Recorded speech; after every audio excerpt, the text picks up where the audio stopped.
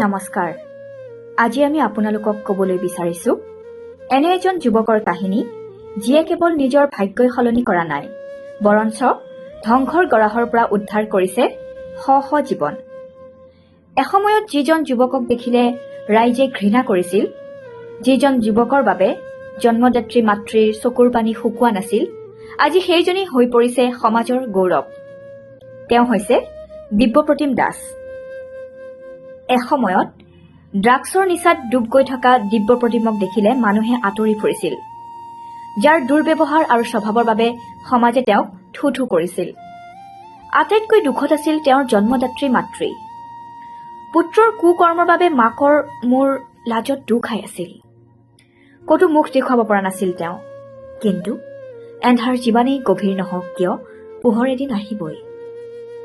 নিচামুক্তিৰ সেই যন্ত্ৰণাৰ পৰা ওলাই আহি দিব্যই সংকল্প ললে, যি এন্ধাৰত তেওঁ আছিল সেই এন্ধাৰলৈ আনক কেতিয়াও যাবলৈ নিদিয়ে।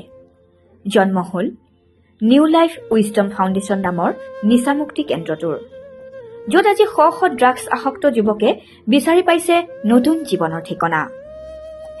যিগৰাকী আই মাতৃয়ে এদিন লোকৰ কটু কথা শুনি কান্দিছিল, আজি সেইগৰাকী মাকৰ চকুৰ পৰা বৈ আহে আনন্দৰ বন্যা। দিব্যই আজি নিজৰ জন্মদাত্ৰী মাতৃক পৃথিৱীৰ সকলো সুখ ঢালি বাকি দিছে। কেৱল নিজৰ জন্মদাত্ৰী মাককেই নহয়, সমাজৰ প্ৰতিজন অসহায় লোকৰ মাজত দিব্যই বিচাৰি পাইছে আপোনজনক।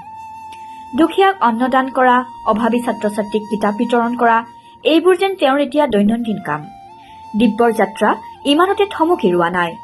তেওঁ এতিয়া নিৰ্মাণ কৰিছে এটা বৃদ্ধাশ্ৰম, য'ত অকলশৰীয়া বৃদ্ধ বৃদ্ধাসকলে পাব এক মৰমৰ আশ্ৰয়। তেওঁৰ একমাত্ৰ সপোন প্ৰতিজন যুৱকে নিচা পৰিহাৰ কৰি সমাজৰ কামত আত্মনিয়োগ কৰক। দিব্যপ্ৰতিম দাসৰ জীৱন আমাৰ বাবে এক শিক্ষা। ভুল কৰাটো মানুহৰ স্বভাৱ, কিন্তু সেই ভুলৰ পৰা শিক্ষা লৈ সমাজৰ বাবে কাম কৰাটোৱে হৈছে আচল বীৰত্ব, আচল পুৰুষাৰ্থ। দিব্যৰ এই যাত্ৰাই প্ৰমাণ কৰিলে যে মানুহে ইচ্ছা কৰিলে নিজৰ ভাগ্য নিজেই সলনি কৰিব পাৰে। আমি দিব্যপ্ৰতিম দাসৰ এই মহান গৌৰৱক জনাইছো শতকোটি প্ৰণিপাত।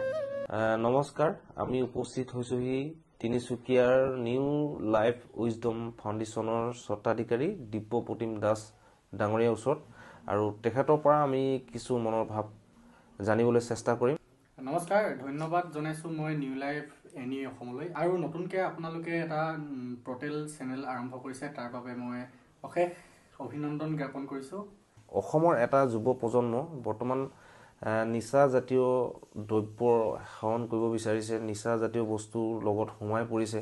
বহুতৰ আপোনাৰ ঘৰ সংসাৰৰ পৰা আদি কৰি বিভিন্ন ধৰণৰ হেৰুৱাইছে। গতিকে বৰ্তমান সমাজখনৰ প্ৰতি আপুনি কেনেকুৱা দায়বদ্ধতা বা আপোনাৰ কি আহ্বান থাকিব সমাজৰ প্ৰতি? পোনপ্ৰথমে মই ক'বলৈ বিচাৰিম, যোনবিলাক ল'ৰাই বৰ্তমান নাচা কৰি আছে, যিকোনো ধৰণৰ নাচা হওক, ড্ৰাগছ হওক, এলকহল হওক, তো তেহেঁতি প্ৰথম অৱস্থাত নিজেই ইচ্ছা কৰিব লাগিব এৰিবলৈ কাৰণে। আৰু মই যিমানখিনি জানো, প্ৰত্যেকজন নিচা কৰা ল'ৰাই নিচাটো এৰিবলৈ কাৰণে ইচ্ছা থাকে, কিন্তু তেহেঁতি সহায় এটা নাপায়। কাৰণ তেহেঁতক সমাজেই হওক বা তেহেঁতৰ পৰিয়ালেই হওক, চবেই অৱহেলা কৰে। নিচা কৰা ল'ৰা বুলি অৱহেলা কৰে, তো ঘৃণা কৰে। তো তেহেঁতক মৰম কৰিব লাগিব, তেহেঁতক মৰমে বুজাব লাগিব। আৰু আমি তেহেঁতক সেই গেলা নলাটোৰ পৰা উঠাই আনিবলৈ কাৰণে হাতখন আগবঢ়াব লাগিব। এইটো নহয় যে আমি তেহেঁতি নিচা কৰে বুলি আমি ঘৃণ কৰিম।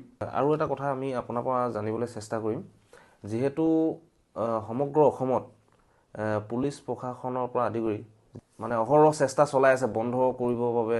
বহুতো বিভিন্ন ধৰণৰ মানুহক তেখেতলোকে আটক কৰিছে। বৰ্তমান বহুত তেনেকুৱা বিজনেছ ব্যৱসায়, নিচাজাতীয় ড্ৰাগছৰ ৰিলেটেড লগত জড়িত ব্যৱসায় চলাই আছে। গতিকে এই সংঘাতত আপুনি প্ৰশাসনক বা ৰাইজক কি আহ্বান জনাব?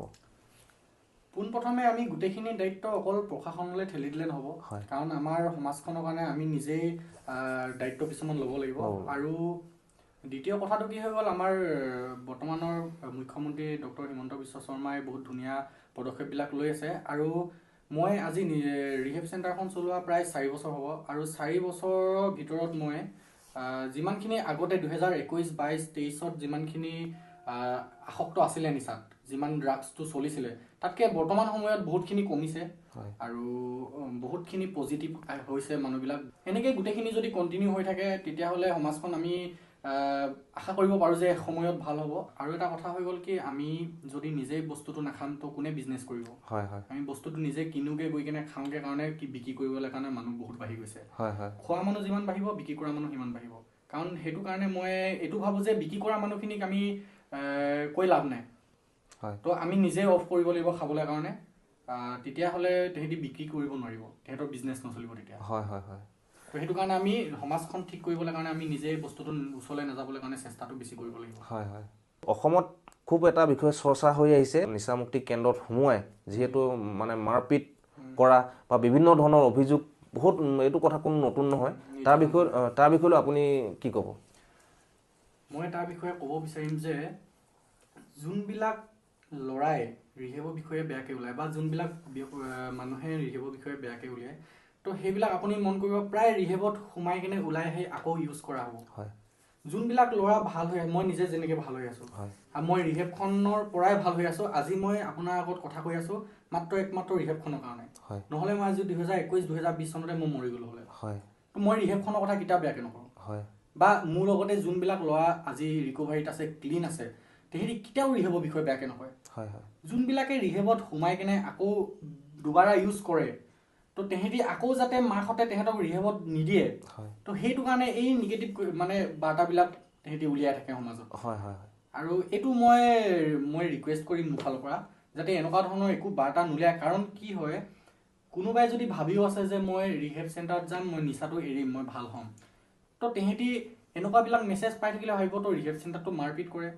মই তাততো গ'লে লাগিলে খাই মৰি যাম, মই তেওঁ ৰিহেব চেণ্টাৰ নাযাম মাৰ খাবলৈ। হয় হয় তো তেনেকুৱা ধৰণৰ এটা মানে কি হৈ আছে বস্তুটো, তেহেঁতৰ নিগেটিভ এটা সোমাই গৈছে মনত। তো হয় সেইটো কাৰণে তেহেঁতি আকৌ ষ্টাৰ্ট কৰি আছে, এনেকৈ কৰি আছে। তো মই সেইটো কাৰণে ৰিকুৱেষ্ট কৰিম তেনেকুৱা ধৰণৰ একো মেছেজ যাতে নোলিয়ায়। নিজে ভাল হ'ব পৰা নাই ঠিক আছে, একো নাই, কিন্তু আনক ভাল হ'ব দিব লাগে। হয় হয় কাৰণ এনেকুৱাবিলাক বাৰ্তা উলিয়াই থাকিলে ভয় খায়তো আহিবলৈ হয় ৰিহেব চেণ্টাৰ। তো এনেকুৱাবিলাক মেছেজ কেৰি নকৰিবলৈ কাৰণে মই ৰিকুৱেষ্ট কৰিম মোৰ ফালৰ পৰা। নিউ লাইফ ফাউণ্ডেশ্যনৰ স্বত্বাধিকাৰী দিব্যপ্ৰতিম দাস ডাঙৰীয়া তেখেতৰ মনোভাৱ কিছুমান প্ৰকাশ কৰিলে। লগতে তেখেতৰ সহযোগী সতীৰ্থ বহুকেইজন আছে, তেখেতলোকৰো কিছু আমি মনৰ ভাৱ জানিবৰ কাৰণে চেষ্টা কৰিম। হয়, নমস্কাৰ। আজি আমি ক্লিনটো আছোঁ, ৰিহেবৰ কাৰণেই ক্লিন আছোঁ। তো ৰিহেবৰ বিষয়ে বেয়া কেতিয়াও আমি ক'বই নোৱাৰোঁ, সেইটো সম্ভৱেই নহয়। তো যেতিয়া ধৰি লওক আমি নিচা খাই আছিলোঁ, তেতিয়া আমি বহুত বস্তু হেৰুৱালোঁ। তাৰপিছত আজি ৰিকভাৰীত আহি কিনে ধৰি লওক লাহে লাহে ৰিকভাৰী কৰিব চেষ্টা কৰি আছোঁ। তাৰপিছত আৰু যিবিলাকে ধৰি লওক এতিয়াও নিচা কৰি আছে, তেওঁলোককো আমি ৱেলকাম জনাইছোঁ। আমি চেষ্টা কৰিম ৰিকভাৰীত আহিবলৈ, তাহাঁতকো ৰাস্তা এটা দিবলৈ। তো গতিকে আহক চবে, সকলোৱে মিলিজুলি নিচামুক্তি এখন সমাজ গঢ়িব লাগে। হয় হয় ধন্যবাদ। আৰু এগৰাকী ব্যক্তি আছে, তেখেতৰ পৰা আমি কিছু মনৰ ভাৱ। নমস্কাৰ। আজি মই চেণ্টাৰৰ কাৰণে ক্লিন হৈ আছোঁ বৰ্তমান। তো যোনে নেকি চেণ্টাৰক লৈ অলপ নিগেটিভ যোনবিলাক কৰি আছে, মেছেজ কেৰি যোনবিলাক নিগেটিভ মেছেজ কেৰি কৰি আছে, তো তাহাঁতকে মই এটাই কথা ক'ম, আজি মই চেণ্টাৰৰ কাৰণে ক্লিন হৈ আছোঁ, তো তাহাঁতি হ'ব নোৱাৰিলে মানে। চ' সিহঁতি সেইটো কাৰণে নিগেটিভ অলপ ফেলাই আছে।